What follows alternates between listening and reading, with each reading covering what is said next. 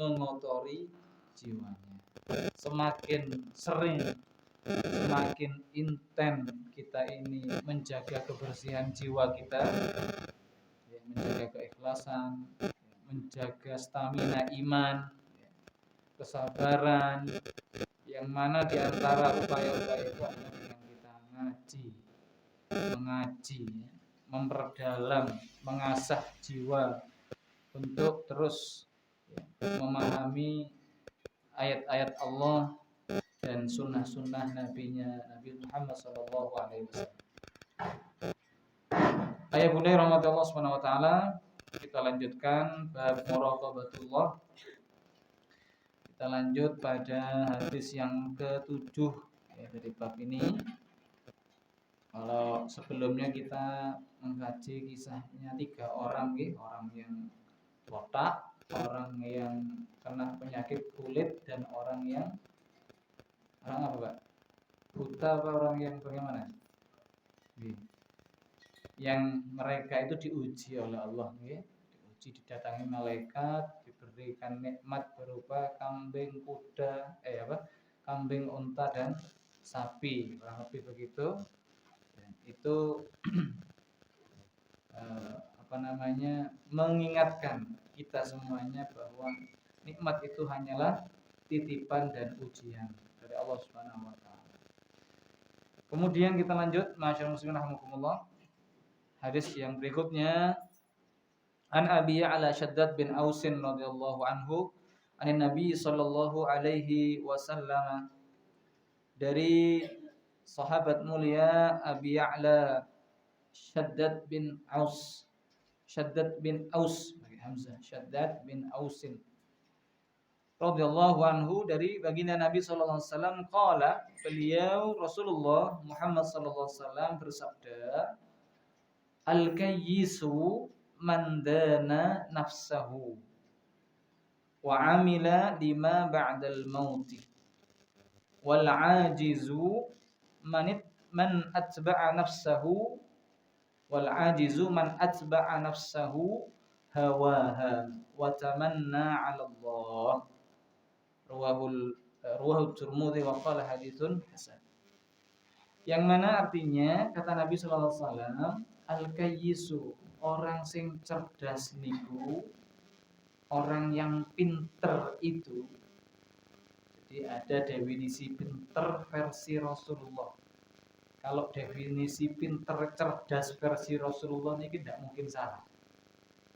Biasanya yang cerdas ini kan definisinya yang seperti itulah, Yang pinter kan ngeten-ngeten niku sing biasane lumrahe. Tapi ini yang lebih daripada itu. Kata Nabi, orang yang cerdas, cerdik, pandai itu ialah mandana nafsahu. Cirinya adalah orang yang sanggup mengendalikan diri, sanggup menundukkan nafsunya. Bisa juga bermaknanya itu adalah orang yang sanggup melawan hawa nafsunya. Mandana nafsahu, orang cerdik, orang cerdas, orang pandai, kata Nabi. Jadi orang cerdik itu adalah orang yang sanggup mengendalikan hawa nafsunya, melawan hawa nafsunya, mengendalikan hawa nafsunya, keinginan-keinginannya, tentu keinginan yang bertentangan dengan syariat, keinginan-keinginan yang bertentangan dengan keridhaannya Allah Subhanahu wa taala, sanggup dikalahkan. Ini orang cerdas. Wa amila lima ba'dal mauti, dan dia beramal untuk menghadapi kematian. Dia beramal untuk apa yang ada setelah kematian. Ini orang cerdas. Yang pertama tadi, dia mampu mengendalikan nafsunya dan dia beramal untuk menghadapi kehidupan setelah kematian. Ini alam akhirat. Ini orang cerdas, kata Nabi sallallahu alaihi wasallam. Jadi bisa dipastikan orang seperti ini Insya Allah orang yang mampu menghadirkan hal-hal yang berkualitas dalam hidupnya, hal-hal yang bermanfaat, karena dia mampu mengendalikan hawa nafsunya. Coba kita perhatikan dalam surah Yusuf itu, wa ma ubarri'u nafsi innan nafsala ammaratum bisu.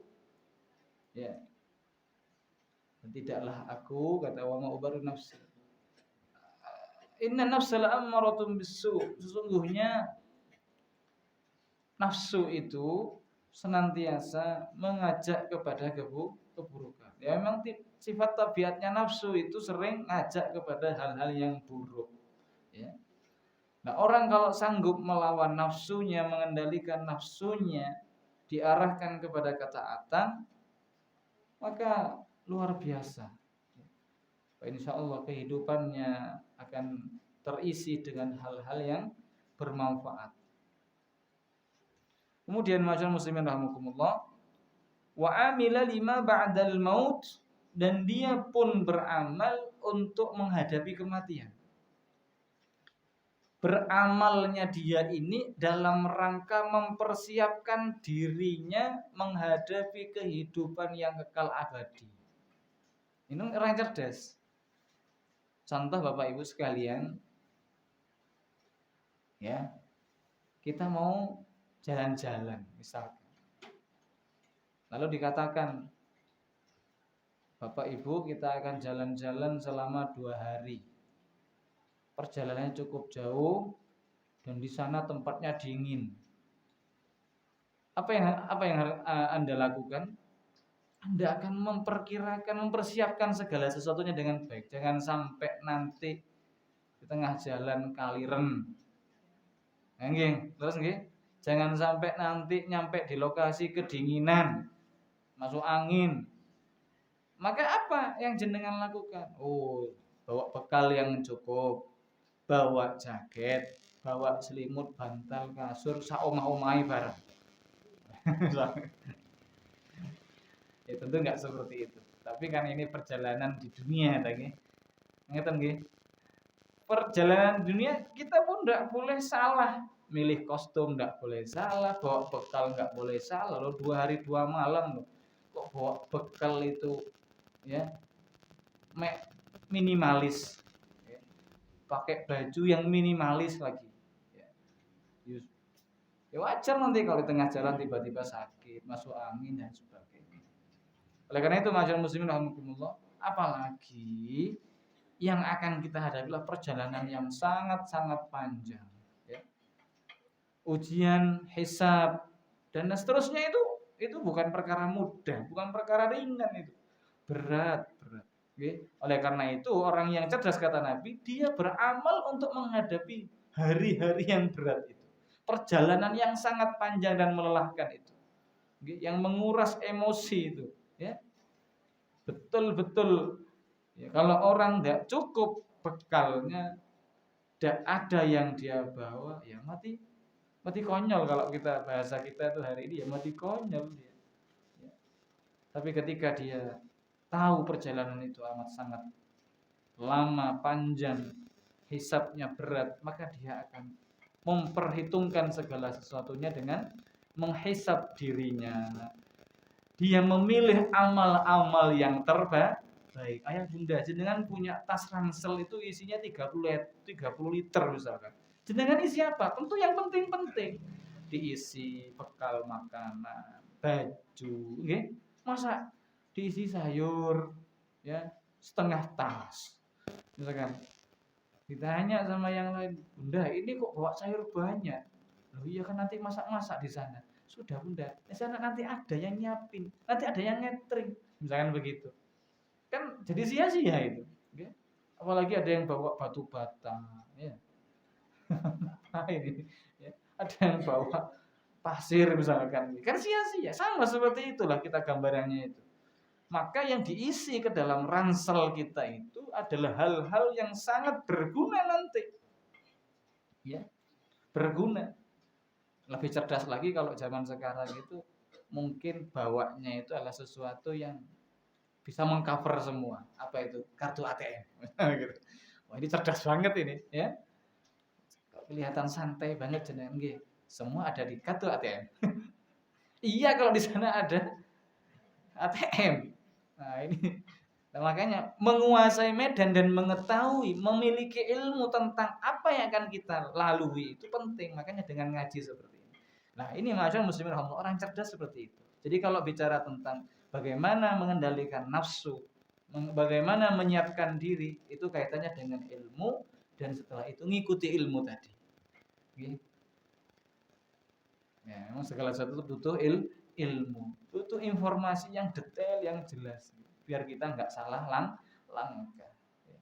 Wal ajizu, dan orang yang lemah itu atau orang yang sebaliknya, ya, orang yang lemah kalau tadi al kayyisu kata Nabi, ini wal ajizu, orang yang lemah.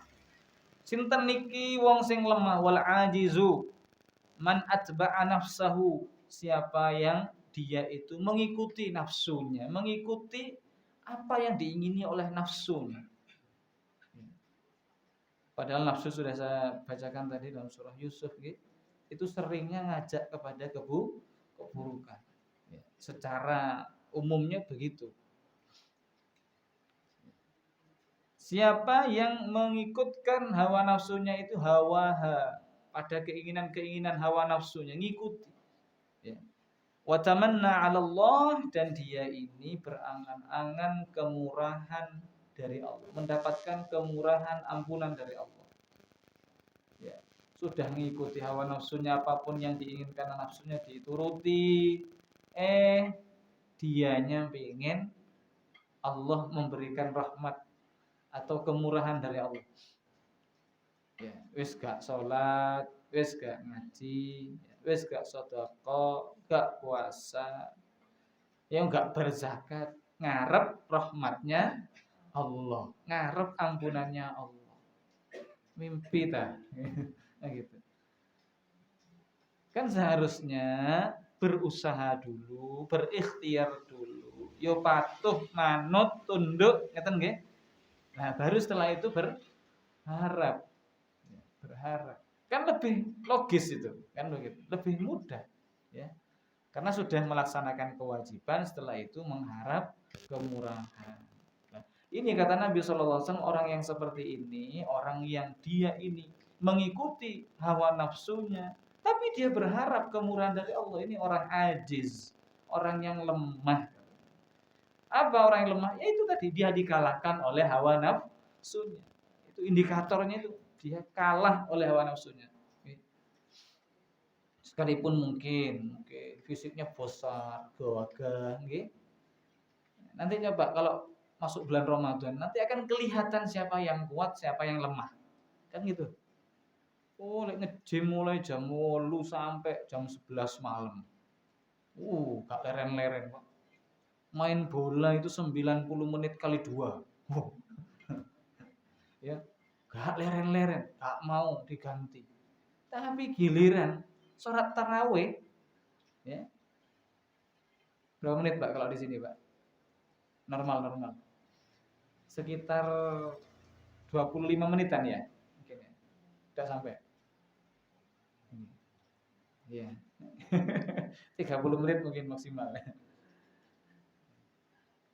8 berapa? 8 rakaat nih, 11 sama witirnya. Ya. Tapi bacaannya sing tenang, khusyuk gitu.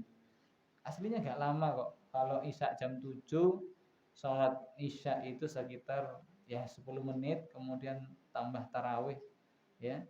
Itu paling sekitar jam ya setengah 8, mungkin lewat 10 pun mantun biasanya, ya. Sudah selesai. Tambah kultum sedikit, tambah 10 menit sampai 15 menit, jam 8 pas paling udah selesai gitu. Itu orang yang kuat bisa sakit melaksanakan itu. Tapi sing nge-gym, sing main bola futsal sampai 2 jam itu, Pak. Diajak nang musola ya, Pak. Waduh, gak bisa, ya. Ini menunjukkan dia itu ajiz, kalah, ya. Kalah.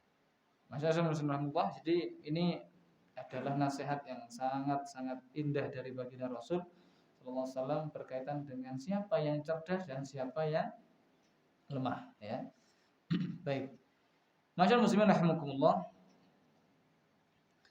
Jadi kesimpulannya adalah orang yang sanggup menahan nafsu dan keinginan-keinginan buruk ya yang diharamkan oleh Allah Subhanahu wa taala dan mengarahkannya pada ketaatan, inilah orang yang cerdas, orang yang pintar. Sebaliknya orang yang lemah itu adalah yang meninggalkan ketaatan kepada Allah dan mengikuti hawa nafsu dan berangan-angan mendapat kemurahan dari Allah Subhanahu wa taala.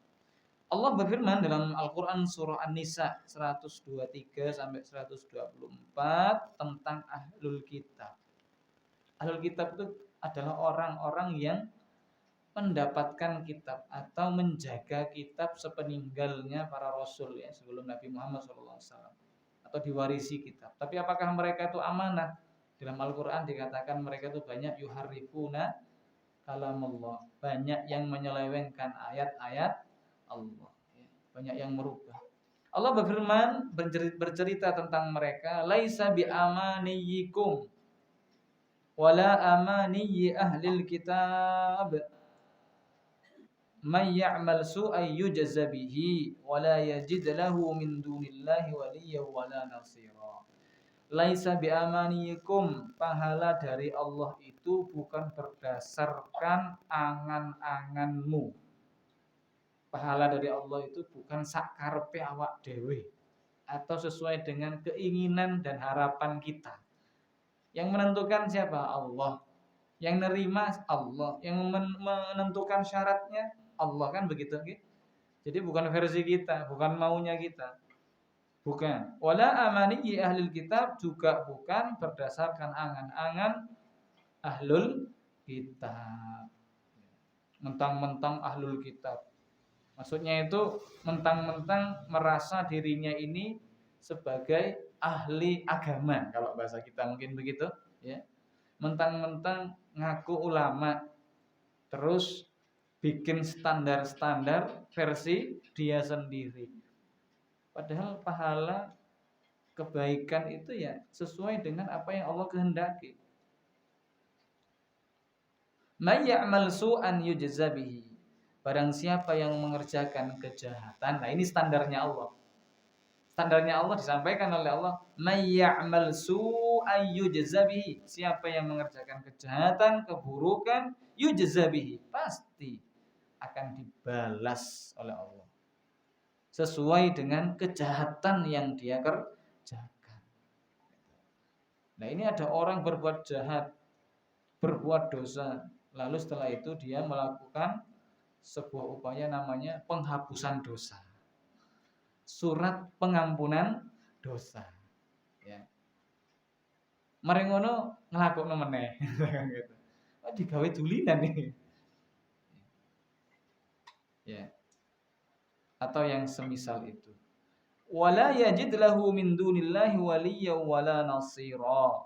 Dan dia tidak akan mendapatkan pelindung dan menolong selain Allah. Jadi orang yang melakukan suatu kesalahan, dosa, maka Allah akan berikan balasan sesuai dengan dosa yang dia lakukan. Dan tidak ada yang mampu menolongnya melainkan hanya Allah Subhanahu wa taala. Kalau dia mau bertaubat dengan taubatan nasuha sungguh-sungguh, maka Allah akan ampuni. Wa may ya'mal minas shalihati min dzakarin aw untha wa huwa mu'min. Siapa yang mengerjakan amal solih ya, dari kalangan laki-laki atau kalangan perempuan, wa huwa mu'minun, dan dia adalah orang yang beriman. Jadi amal soleh didasari keimanan kepada Allah. Kalau amal soleh saja, dia rajin dia rajin sedekah, dia ini baik sama orang, suka bantu orang dan seterusnya, dermawan, tapi nggak beriman kepada Allah, maka amal solehnya itu seperti debu yang diterbangkan, ya, nggak ada gunanya, nanti ditolak sama Allah SWT. Nah, ini orang yang beramal soleh ini adalah orang yang beriman, baik laki-laki maupun perempuan, dia beriman kepada Allah. Wa huwa mu'minun, dia beriman kepada Allah, mendasarkan amal solehnya itu atas dasar keimanannya kepada Allah, faulaika yadkhulunal jannata wa la yuzlamuna naqira. Maka mereka itulah yang akan masuk ke dalam surga. Mereka akan masuk ke dalam surga wala yuzlamuna naqira, dan mereka tidak dizalimi sedikit pun. Mereka itu tidak dizalimi dalam artian tidak ada satupun yang meleset ya dari balasan Allah untuk mereka. Pas, sesuai, bahkan lebih ya. Kalau Allah tuh ngasih itu pasti itu turah lebih. Wala yuzlamuna naqira, dan mereka tidak dizalimi sedikit pun. Bapak Ibu sekalian rahmati Allah. Jadi inilah yang dimaksud tadi dengan orang yang cerdas itu. Orang yang taat kepada Allah, okay? Mereka mengerjakan amal-amal soleh dengan dasar keimanan yang kuat dan kokoh kepada Allah Subhanahu wa taala. Ya, kemudian apapun maksud saya apa yang diharapkan itu adalah apa-apa yang memang diperintahkan dan Allah jelaskan, ya. Bukan versi-versi sendiri. Kalau di sini katakan bukan versimu dan bukan angan-angan ahlul kitab, gitu, ya. Karena sangat mungkin versi sendiri atau siapapun yang menyandarkan, mengatakan, mengklaim, wah ini gini nih, yang benar gini. Padahal Allah tidak mengatakan gini. Ya, nah kan tersesat akhirnya. Makanya Allah sampaikan standar itu, kebaikan, keburukan itu adalah standarnya Allah Subhanahu wa taala. Kemudian yang berikutnya, masyaallah muslimin rahimakumullah, hadis berikutnya, an Abi Hurairah radhiyallahu anhu qala qala Rasulullah sallallahu alaihi wasallam, min husni islamil mar'i tarkuhu ma la ya'nih. Di antara ini dari Abu Hurairah radhiyallahu anhu berkata, bersabda baginda Rasulullah sallallahu alaihi wasallam, min husni islamil mar'i tarkuhu ma la ya'nihi. Termasuk di antara tanda kebaikan keislaman, di antara kebaikan Islamnya seseorang, ya, tarkuhu ma la ya'nihi, ialah apabila ia meninggalkan hal-hal yang tidak ada manfaat baginya. Ya. Jadi Islam itu, ya, Islam mengajarkan kepada kita agar, bahasa sederhananya itu, ninggalkan hal-hal yang tidak bermanfaat. Bahkan dikatakan di antara tanda baiknya keislaman. Berarti ada orang yang keislamannya kurang baik, ada. Ya ketika dia tidak meninggalkan hal-hal yang tidak bermanfaat, yang kurang bermanfaat, yang tidak ada manfaat padanya. Jadi ini ma'asyiral muslimin rahimakumullah, kita diajari apa ini? Diajari satu prioritas, hal yang utama. Yang kedua, agar mengedepankan yang bermanfaat. Biar apa? Nggak sia-sia, nggak capek-capek, ya. Ada hasilnya, ada nilainya, ada manfaatnya. Oke, itu.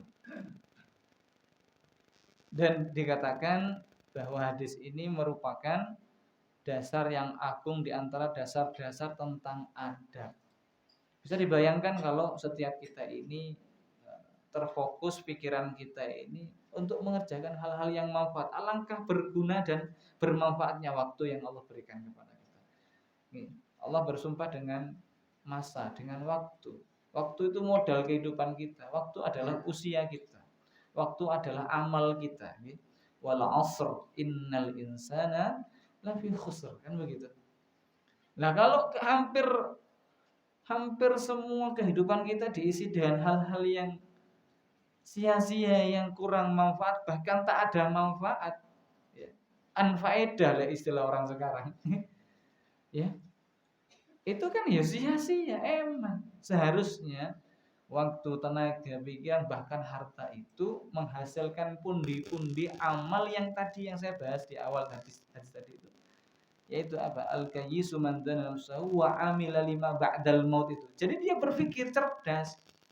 Aku sak menit ya apa caranya aku iso mendapatkan apa? Keuntungan di akhirat. Ngurung-ngurung pengajian aja. Ya, merenungkan ayat-ayat Allah, baca Al-Qur'an minimal atau berzikir subhanallah bihamdi subhanallahil azim. Ini kata Nabi SAW, ini aja sudah ringan, gampang, ya, tapi berat di timbangan mizannya Allah Subhanahu wa taala. Nah, ini orang cerdas nih. Ngeten nggih. Jadi dia ini tidak sampai mengerjakan hal-hal yang mala yaknihi tadi, apa? Sesuatu yang tidak ada manfaatnya itu. Karena apa? Waktunya bermanfaat. Okay?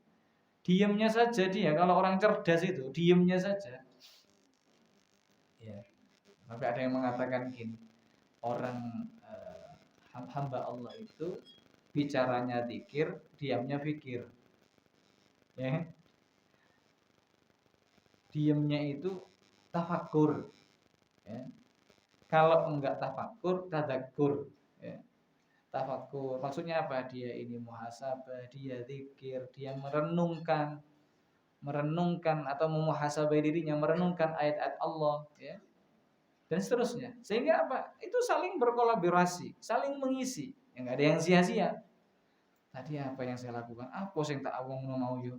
Kok ya gak pas mau. Berarti aku kudu lebih baik. Aku mau kok, aduh kok purik sih.